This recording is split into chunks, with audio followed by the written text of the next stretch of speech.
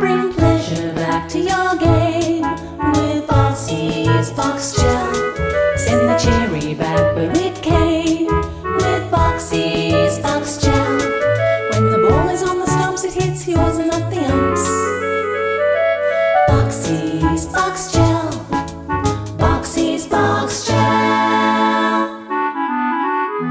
Bring pleasure back to your game. What flavours does it come in? Lemon, lime, new fruit of the forest. Boxy's Box Gel. Boxy's Box Gel. You can taste the nature in it.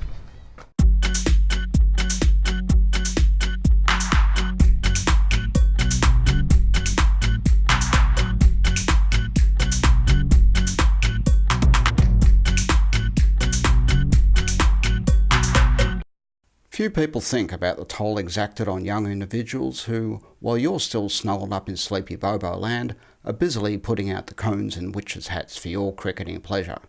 For many of these brave souls, both physical and mental fatigue have curtailed a once promising cricketing career.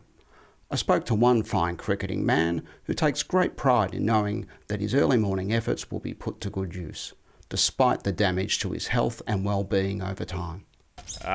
Dad used to put out the cones, and now I put out the cones.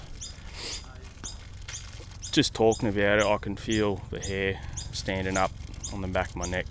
It's quite emotional, really, just being here looking at the cones. I like putting out the cones because I like to know exactly where the boundary is, and I don't want to hit the ball any harder than I have to.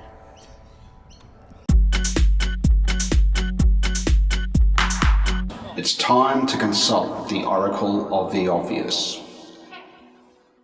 If you can't even cut a sandwich, you might want to think about not cutting too early in an innings. Dear Chucky, I loved your first show and I haven't bowled a full toss since. I'm really upset that Shaun Marsh got in and Glenn Maxwell didn't. Maxie hits it really hard and I saw him take a catch once. I think people are forgetting about what is, in fact, the elephant in the room. Those of you familiar with Australian television may remember a lady called Mrs. Marsh who showed us that tooth decay was like a purple dye inside water getting inside a piece of chalk. Does this mean that Shaun Marsh is a purple dye and the Australian cricket team made of chalk?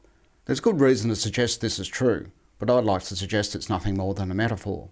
In the same way that neither you or I possess free will, neither do the selectors. Like purple dye getting into chalk, it all just comes down to chemical and physical processes over which we have no control. My advice, just relax and let the universe unfold before your eyes. Actually, you might want to close them. Don't bowl short on a road, never run on a misfield.